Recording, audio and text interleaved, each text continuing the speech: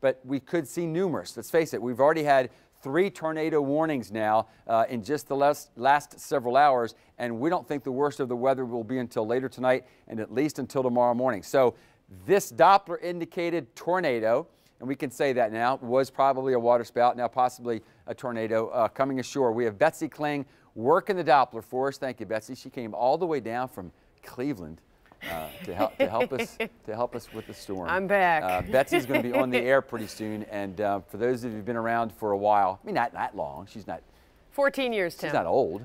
It's been 14 years since I was here. 14 years. Anyhow, you'll recognize Betsy. But on a serious note, so here is the tornado warning, and Betsy's just showing us different examples. This is the velocity inbound and outbound, and it's a way of the Doppler to show us. It isn't really a picture, but it shows us where the winds are blowing into and out from the radar site, which is off to the northwest. But it gives us these differing colors and gives us a pretty good signature of what is probably a tornado here. So think St. Augustine Beach. I think this will stay north of Crescent Beach. I think it'll probably stay just south if, let's just say, when I say it, let's just say even if the tornado, even if the waterspout / tornado doesn't stay on the ground, the storm is still going to produce some wind gusts easily of 50 to 60 miles per hour. So I think the worst of it will stay north of you folks in Crescent Beach, coming ashore in St. Augustine Beach. Probably will continue to work westward, so that would take it just south of the Bridge of Lions, and then continuing to work to the west. There it is. We're seeing the motion of it coming ashore, and still a pretty significant signature there. Again, Doppler indicated. We don't have any indications of necessarily the tornado there. We do have some crews around there. Hopefully they are playing it safe at the present time.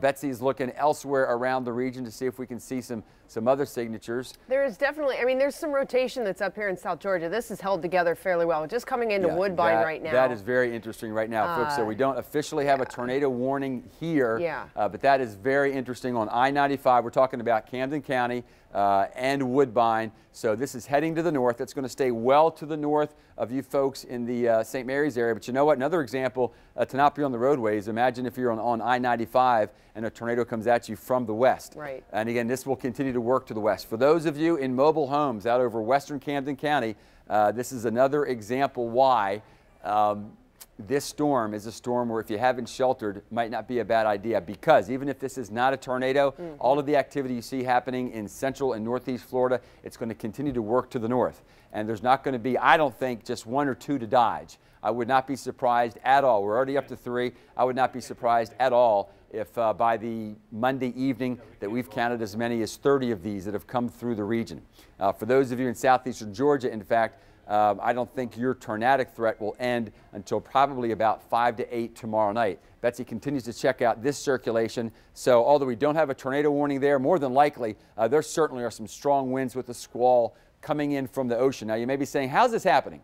The hurricane is off to the southwest of us. It's heading north, and yet the activity is coming in from the east. Well, remember, this is all part of the rotation around the hurricane off of very warm waters. And as the hurricane heads north, there is some pressure from the southeast. And that pressure is going against, there it is, those winds out of the northeast, high pressure. So that's enough to cause some spin. In addition, when the winds like this and the rain falls, the ocean temperature doesn't drop. So right on the surface of the ocean, it's staying at 82 to 85 degrees. The rains certainly dropping temperatures over land down to about 72 to 75. That 10-degree difference sets up what we call an inversion, but that means that energy is forced up as well. So it's forced up because of the inversion. It's forced up because of the northeast wind meeting the southeast wind, and that causes tremendous lift, and that's happening throughout all of our area, which is yet another reason why we're not just saying because hurricanes do it, this is happening. We see the ingredients coming together here. We are off to the right northeast quadrant. When I say we, I mean southeast Georgia, northeast Florida, all the way down to the Space Coast. I don't know if, in fact, why don't I show this and see if this goes out. So there, of course, is our hurricane.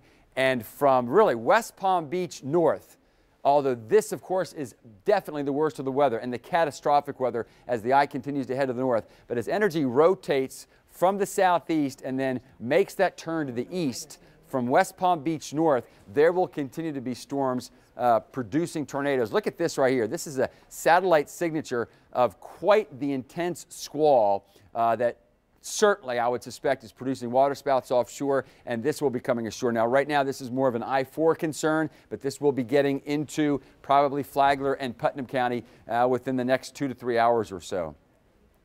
So here is the tornado warning, and here is the signature for the potential tornado moving right through the St. Augustine area. It's weakening a little bit.